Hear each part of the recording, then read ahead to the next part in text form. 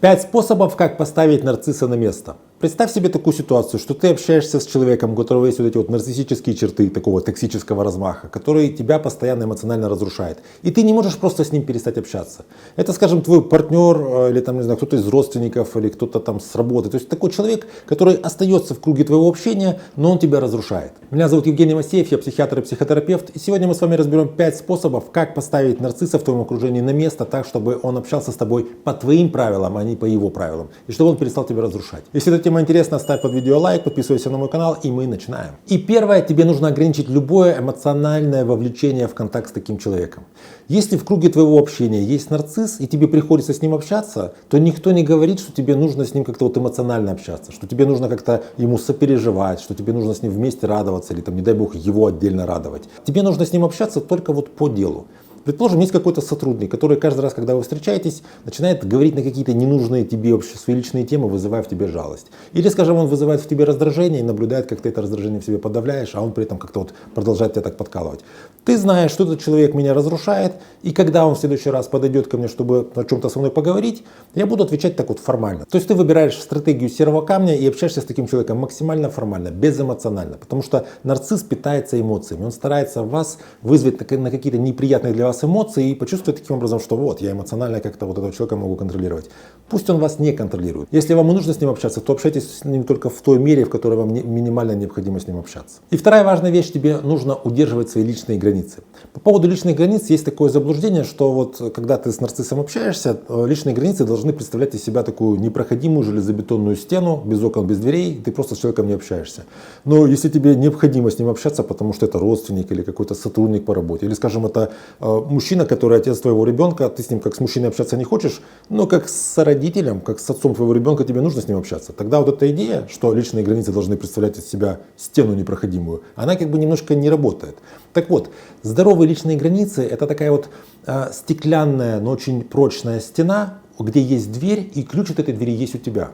Другой человек с той стороны может постучать, но он не может войти, пока ты не примешь решение открыть эту дверь изнутри. Понимаешь? То есть тебе нужно относиться к своим личным границам как к чему-то, что ты контролируешь. Ты контролируешь, когда с этим человеком общаться, и ты контролируешь и имеешь навыки того, как делать так, чтобы не общаться с человеком, с которым в данный момент тебе общаться не хочется. Ты понимаешь, что это общение может тебя разрушать, и тебе это общение в принципе сейчас не нужно. Третий способ, как поставить нарцисса на место, это использовать ассертивное общение.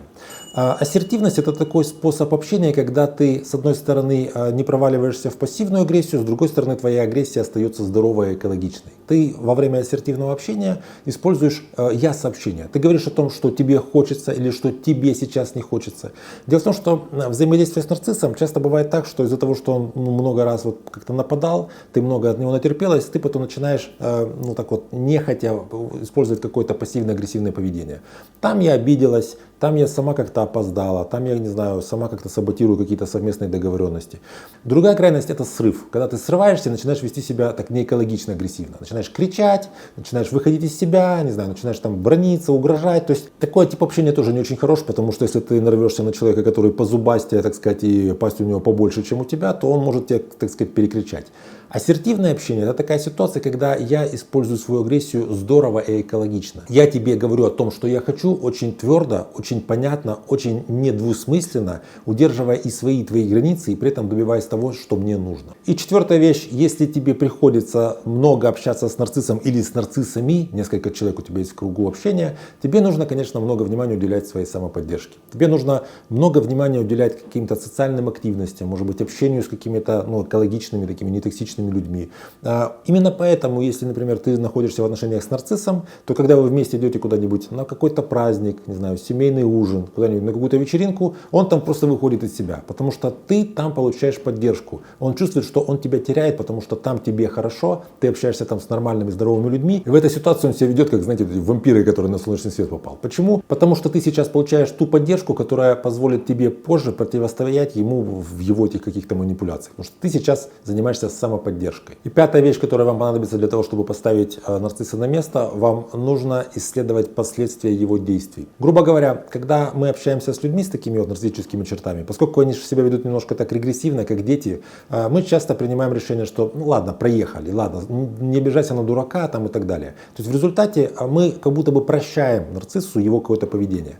Вы должны придумать себе и понимать, каким будет последствия за каждое действие человека против вас. Если он опоздал, значит, какое будет последствие? Если он, скажем, начинает вас оскорблять, какое будет последствие? Что вы будете делать? Вам нужно найти ответ на любое из его действий, которые вас нарушают. И эти ответы, самое главное, они должны звучать. Вы не должны это удерживать в себе. Вы не должны как-то позволять этому всему обнуляться. Таким образом, нарцисс будет понимать, что, общаясь с вами, в случае, если он будет позволять себе какие-то выпады, будут обязательно наступать определенные последствия. Причем очень ясные, очень понятные и очень предсказуемые последствия. То есть он будет понимать, что будет происходить, если он будет нарушать ваши границы. А теперь небольшое исследование. Поставь плюс в комментариях, если где-то в круге твоего общения есть человек с нарциссическими чертами. То есть если тебе приходится общаться с нарциссом, поставь плюс, и мы потом будем видеть, сколько человек живут где-то, хотя бы косвенно общаясь с нарциссом. Это очень важно. И если ты умеешь такого человека ставить на место, напиши в комментариях, как ты это делаешь, твой какой-то личный лайфхак. Мы таким образом обогатим друг друга и сможем как-то, примерно понимать, что разные люди делают в ситуациях, когда им приходится общаться с нарциссами. Если, в принципе, тебе эта тема важная, ставь лайк под видео, подписывайся на мой канал, чтобы не потерять меня. Берегите себя и своих близких, и до встречи в следующих выпусках.